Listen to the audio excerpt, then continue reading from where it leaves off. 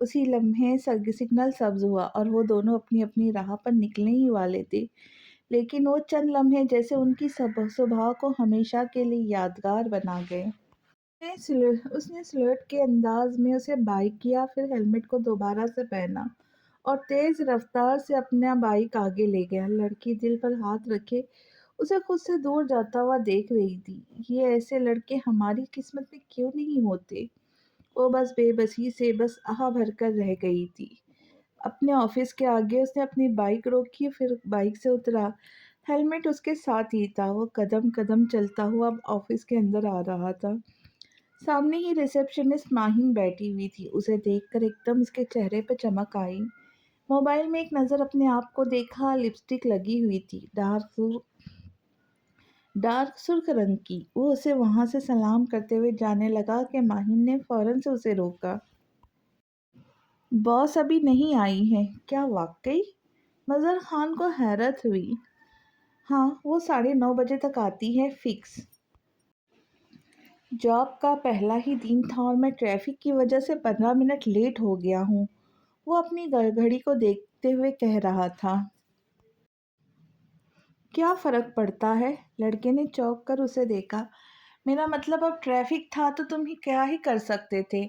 اگر تمہیں کسی بھی چیز کی ضرورت ہو، کوئی بھی ہیلپ چاہیے ہو تو میری ہیلپ لے سکتے ہو۔ وہ بڑی ادا اور نزاکت سے بولی، میرا نام ماہین ہے اور یہ میرا واٹس ایپ نمبر ہے۔ اگر تمہیں کوئی مدد چاہیے ہو تو مجھے کبھی بھی کال کر سکتے ہو۔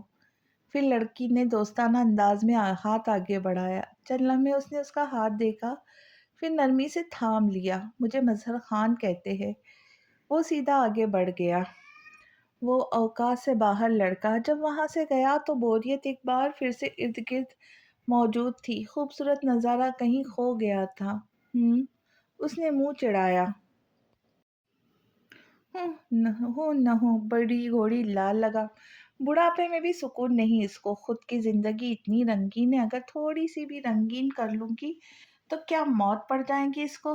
ذرا برداشت نہیں ہو رہا کہ میں کسی ہینڈسم لڑکے سے بات کر لوں۔ چلتی ہے مجھ سے۔ وہ سر جھٹک کر دوبارہ سے لیپ ٹاپ پر انگلیاں چلانے لگی۔ بوٹیکس کی دکان۔ وہ دونوں آفس کے اندر موجود تھے، آمنے سامنے بیٹھے ہوئے۔ یہ کچھ فائلز ہیں، انہیں تم بہت اچھی طرح سے پڑھ لو، اور یہ ہمارے ٹاپ کے کلائنٹس ہیں۔ ان کے ساتھ اس ہفتے ہماری 3 میٹنگز ہونی ہیں، مختلف جگہوں پر۔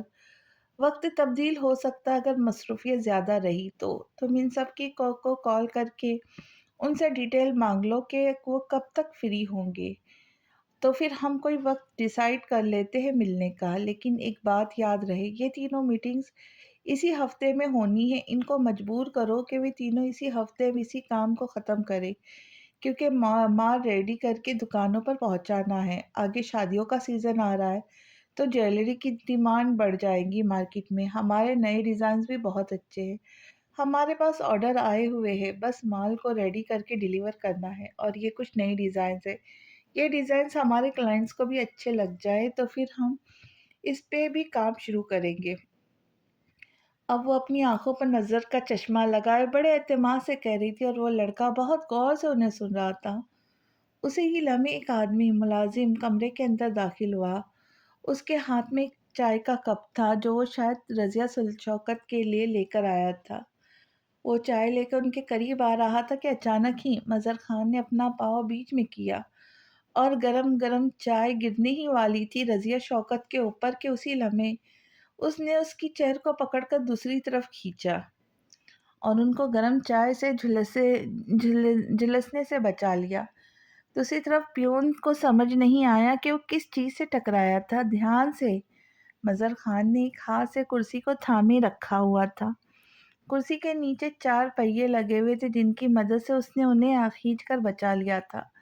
ملازم اچانک ہی گھبرا گیا جبکہ مظہر خان کے ہاتھ کے اوپر وہ چائے گری تھی۔ وہ بے حد حیرانی سے مظہر خان کو دیکھ رہی تھی۔ زندگی میں پہلی بار اس عورت کو کسی مرد نے یوں اس طرح بچایا تھا۔ مجھے معاف کیجیے گا، میں صاف کر دیتا ہوں۔ ملازم وہاں سے چلا گیا۔ رضیہ شوکت حیران تھی اور وہ اب پریشان بھی ہونے لگی تھی۔ تم ٹھیک ہو؟ اپنا ہاتھ دکھاؤ، کتنا برا جل گیا ہے۔ وہ اب اس کا جلا ہوا ہاتھ اپنے ہاتھ میں لے کر دیکھ رہی تھی، وہ بھی بہت ہمدردی سے۔ میں بالکل ٹھیک ہوں میڈم، آپ پریشان نہ ہوں۔ نہیں، ادھر آؤ، میں کچھ لگا دیتی ہوں۔ وہ اپنی کرسی سے اٹھ کر اس کے پاس چلی آئی، نرمی سے اس کے ہاتھ پر ایک کریم لگائی۔ اس سے جلن کم ہو جائے گی۔ ہاں واقعی، اب آپ کا ہاتھ لگنے سے واقعی کم ہو جائیں گی، وہ ان کی آنکھوں میں دیکھ کر بہت جتانے والے انداز میں کہہ رہا تھا۔ سامنے بیٹھا نوجوان ہینڈسم تھا، بے حد ہینڈسم۔ سامنے بیٹھی عورت بس بہت غور سے اور دلچسپی کے ساتھ اسے دیکھتی رہ گئی۔ دوپہر 3 بجے کا وقت تھا، لنچ ٹائم ہو چکا تھا۔ وہ اس وقت میڈم رضیہ کے آفس میں تھا۔ ایک اور آدمی، ایک بوڑھا سا آدمی کافی دیر سے ان سے ملنے کے لیے آیا تھا۔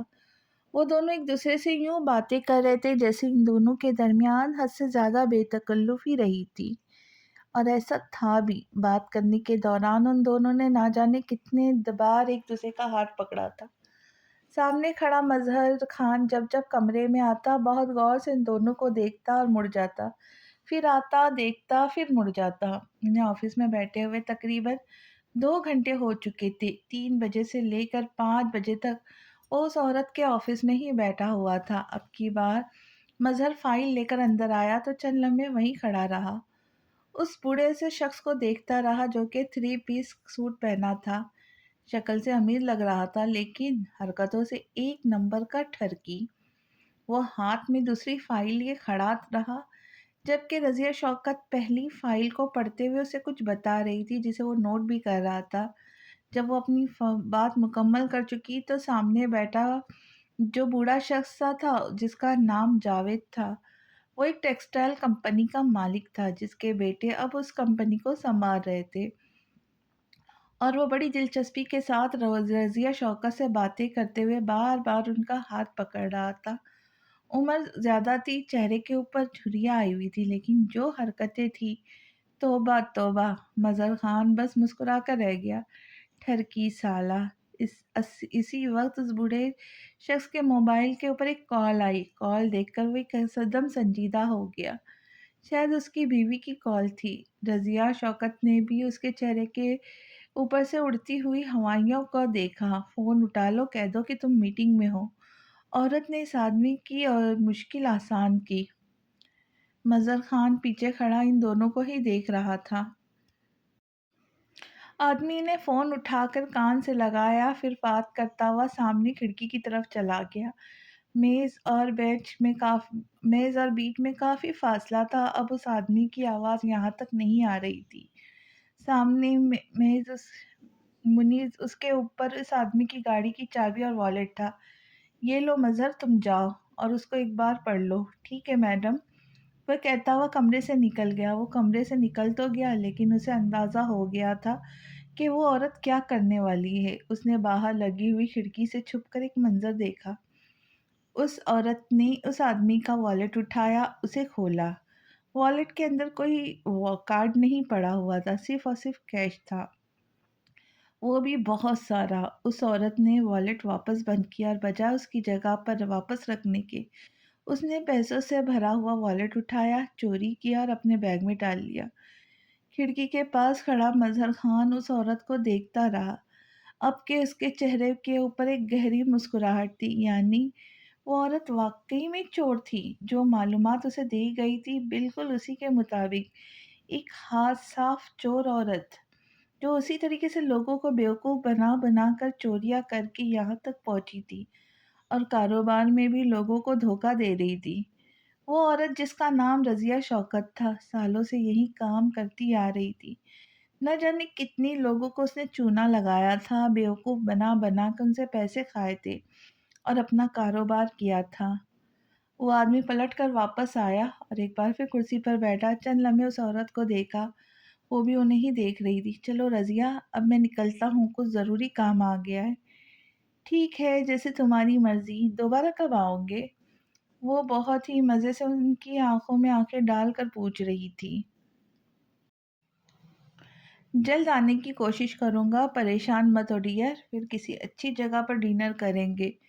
سامنے بیٹھی عورت پورے دل سے مسکرائی تھی۔ وہ اب اپنا سامان سمیٹ رہا تھے، گاڑی کی چابیاں اور موبائل اٹھا کر انہوں نے اپنی جیب میں ڈالا۔ والٹ کہاں گیا؟ والٹ؟ والٹ تم لائے ہی نہیں تھے ساتھ؟ جب سے یہاں آئے ہو میں نے تمہارے ہاتھ میں والٹ نہیں دیکھا۔ لیکن تم رکو، میں ملازم کو بلاتی ہوں۔ وہ 2 سے 3 بار کمرے میں آیا تھا، کافی دینے کہیں اس نے تو نہیں، اس کی ضرورت نہیں، ہو سکتا ہے میں گاڑی میں بھول گیا ہوں، مجھے خود بھی یاد نہیں۔ وہ عورت ان کی بات پر پورے دل سے مسکرائی۔ لگتا ہے تمہاری عمر ہو گئی ہے۔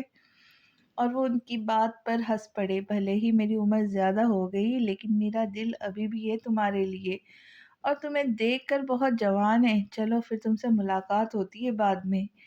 وہ ان کا کندھا تھپکا کر کھڑے ہو چکے تھے۔ دونوں کے درمیان بھرپور مسکراہٹ کا تبادلہ ہوا۔ مظہر خان باہر کھڑے ہو کر یہ منظر بڑی دلچسپی سے دیکھ رہا تھا۔ اس کے چہرے پر ایک طنزیہ مسکراہٹ تھی۔ یقیناً اس سے بھی ایک حساب ضرور کرنا تھا جو اس کے حصے کا نکلتا تھا۔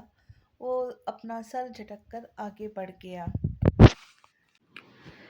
کیسی لگی آج کی آپ کو قسط ضرور بتائیے گا۔ اگلی قسط میں ملتے ہیں، تب تک کے لیے خوش رہے، خوشیاں بانٹے اور دعاؤں میں یاد رکھیے۔ اللہ حافظ۔